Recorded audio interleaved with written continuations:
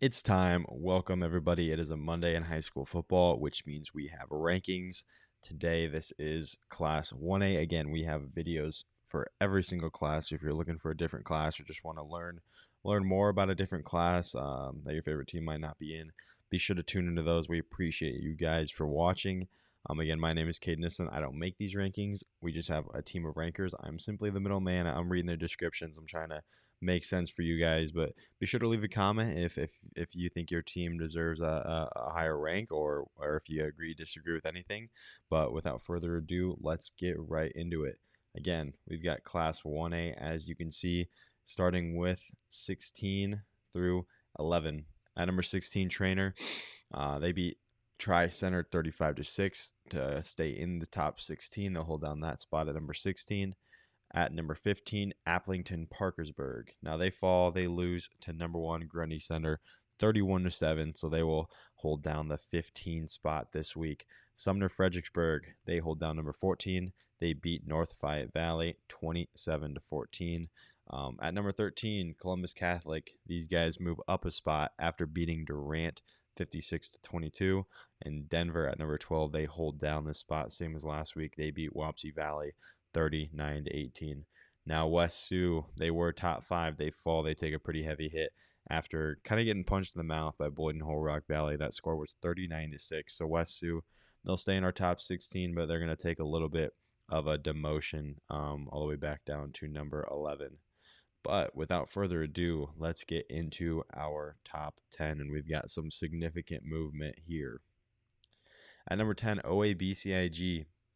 Now, as you can see, the team that they lost to is now at number 9, ESAC. They're new to our rankings, and they jump all the way up to number 9. So OIBCIG, I mean, the Falcons were completely stuffed by ESAC. They rushed for just 35 yards. Not very like them. Bryson Kohler with 4 picks. Just a rough day for OIBCIG, but they're just a little too talented to totally move out of our top 10, so they're going to hold down this 10 spot. And ESAC, I mean, you go and you beat the then number 3 team in Class 1A, you're going to get a promotion. You're going to make an appearance in these rankings, and that's what they're doing right now. Maybe we got to take more into account ESAC at this point in the season. So they're going to debut at number 9, their first appearance in our top 16. At number 8, West Branch.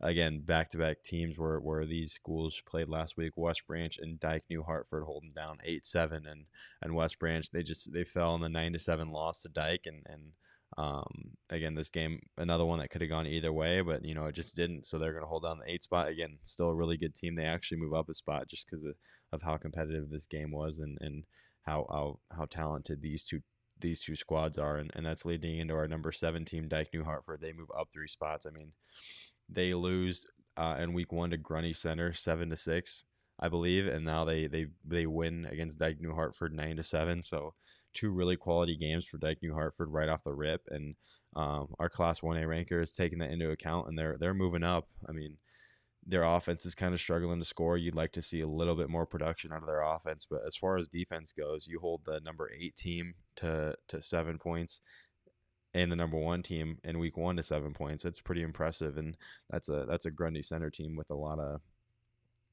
of promise that they shut down basically in week 1. So Dike New Hartford could have easily been our team of the week. They pick up a really quality win over West Branch.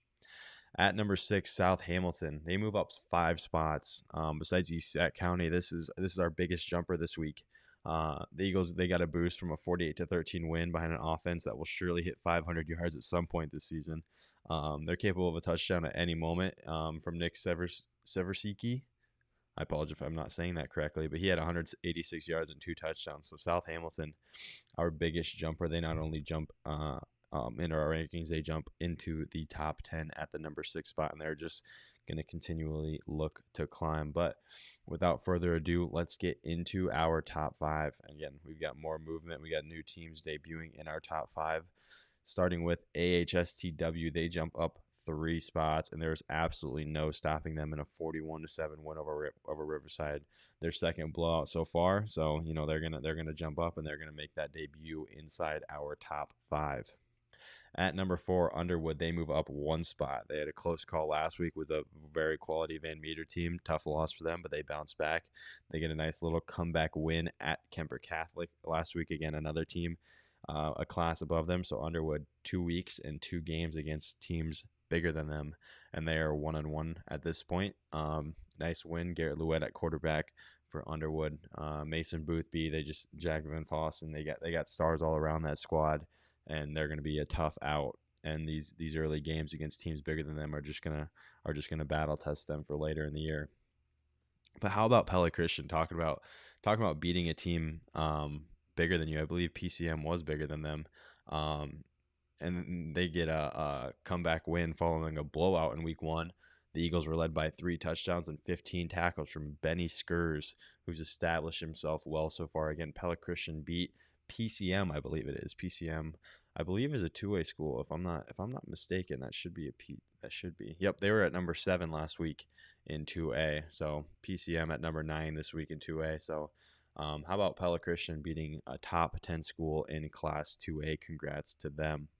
At number 2, MFL Marmac, they hold down the number 2 spot. Again, number 1 and number 2 have seen no movement.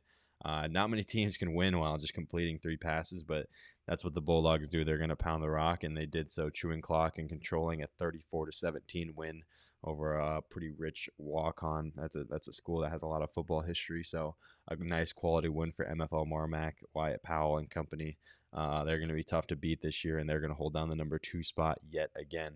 And at number 1, kind of talked about them before. They had a close call with Dyke New Hartford in week 1, but this week, we talked about it in the week 2 preview podcast. We wanted them to come out and make a statement, and that is exactly what they did. Again, they pick up a impressive 31-7 win over Applington Parkersburg. That game was at Grundy Center. I'm going to pull up some stats just to see. Colin Gordon, 6 for 12 for 91 yards and 2 touchdowns. Brody Zinkala, 9 carries for 67 yards and a touchdown. Justin Knack also added a touchdown for them. So again, that team led by Colin Gordon, one of the better players in the entire state of Iowa. They hold down the number 1 spot. Again, they've been number 1 for 3 straight weeks. So Grundy Center, they hold down our 1 spot. That highlights our Class 1A poll, and they will square off with East Marshall next week. So looking to do the same and hold down that spot. So that is all we have for today, Class 1A rankings. Appreciate you guys for tuning in. Thank you for your support as always. We love doing this type of stuff. Be sure to go watch the other rankings videos and catch up with anything and everything in the state of Iowa. We'll have our week 3 preview coming out on Thursday. But yeah, thanks guys. See you later.